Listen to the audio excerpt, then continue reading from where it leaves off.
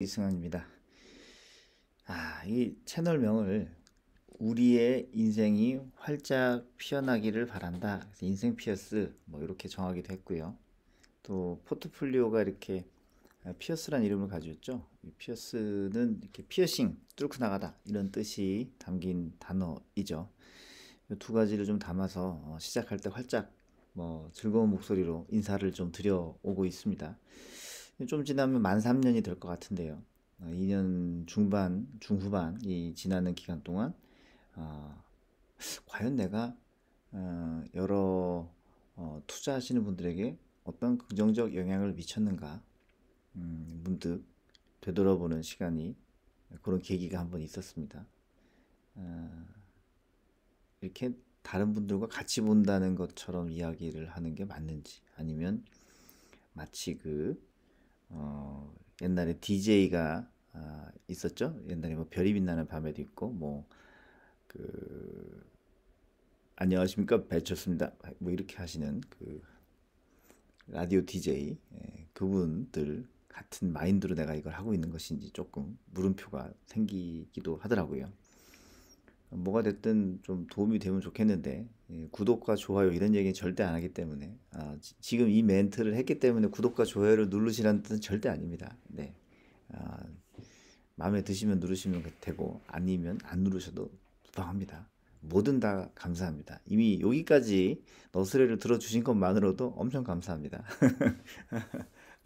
아울러서 뭐라도 좀 도움이 사회적으로 좋은 도움이 되었으면 좋은 영향을 미쳤으면 하는 바람 한 자락에 남겨놓고 오늘도 영상을 좀 진행해 보려고 합니다.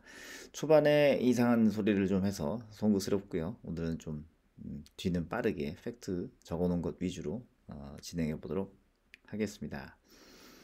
12월 9일이죠. 올해가 다 이렇게 가네요. 1130일간 연평균 수익률. 요거는 이제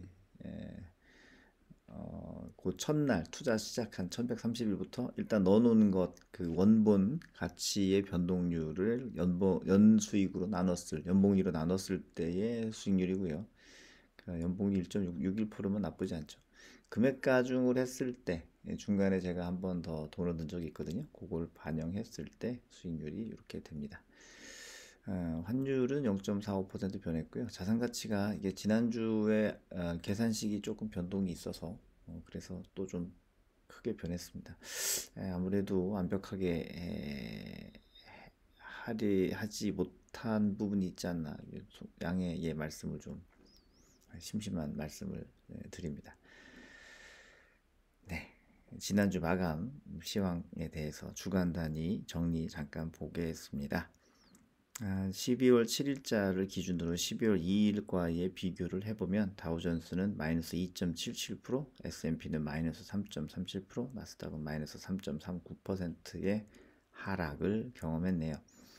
지난주는 그래도 살짝 오르는 듯 하였는데 다시 그대로 다 반납해버린 상황입니다. 이렇게 올랐던 증시가 미끄러졌는데 아무래도 경기 침체 가능성이 점점 대두가 되니까 주식시장에 있는 자금이 채권으로 많이 옮겨가면서 채권 사세요, 채권 사세요 할 때 안 사다가 조금 조용해지니까 채권 사러 막 오는 거죠. 살할 때 사면 좀 쌌을 텐데 물건이 없을 때 사니까 할인율이 떨어지죠. 이자가 떨어졌습니다. 가격은 올랐죠. 채권 가격이 올라갔습니다.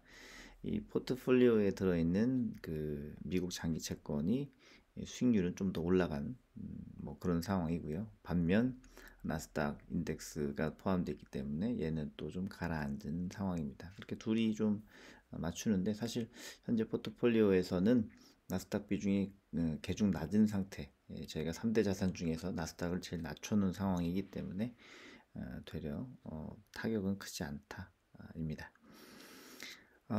지난주 금리 인상은 연준이 이제 뭐 0.75%씩 쭉쭉 막 확확 밀어 올리는 금리 이런 건 이제 아니다라고 해서 잠깐 일희죠, 일희, 이희, 일희 이래가지고 이제 일희 해가지고 올라갔는데 가만히 좋아서 올라간 증시를 누리다 보니까 가만히 있어보자.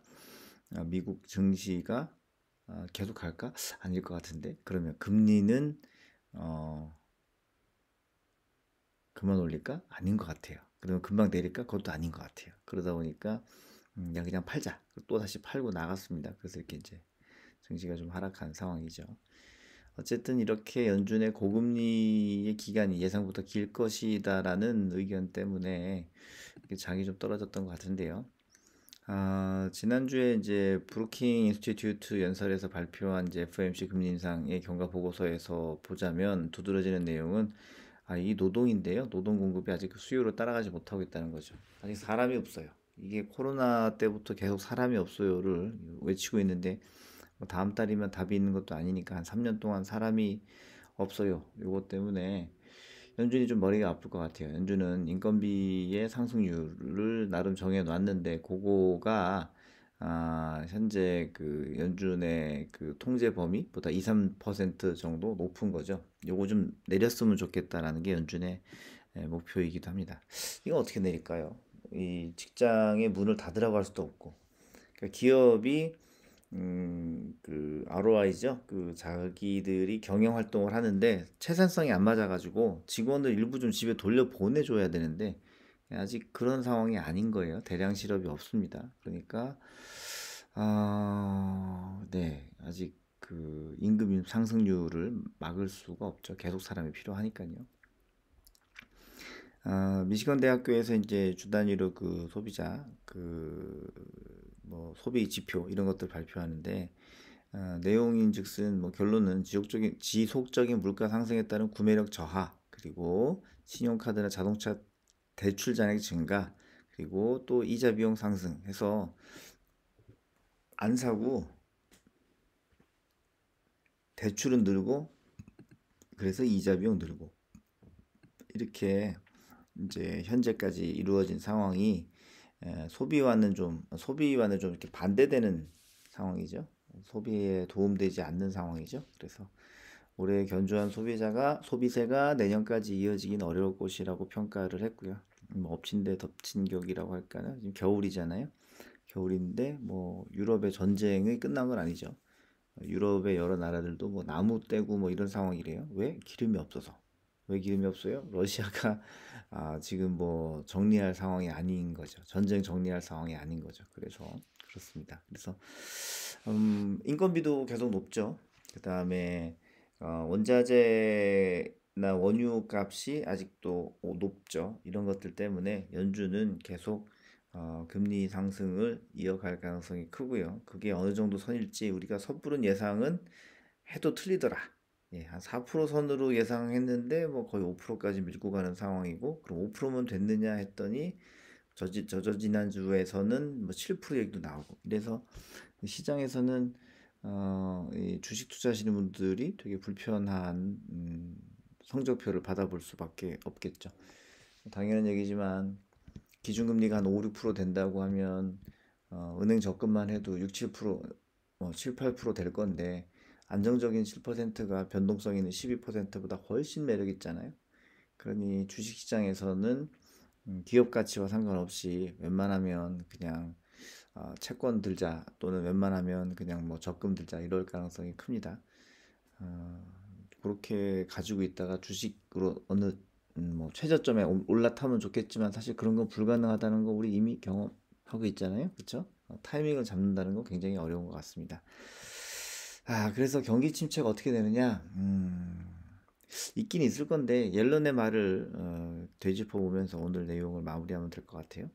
옐런 장관은 지금과 같이 높은 고용률이 유지된다면 경기 침체가 와도 다들 일하고 수입이 있으니까 그게 심각하지 않을 것이라는 말을 하고 있다는 거죠. 자, 언제가 바닥이냐를 찾기 이전에 일단 넣어놓고 이것이 바닥을 기대하는 게 더 나을 시점이라는 의견입니다.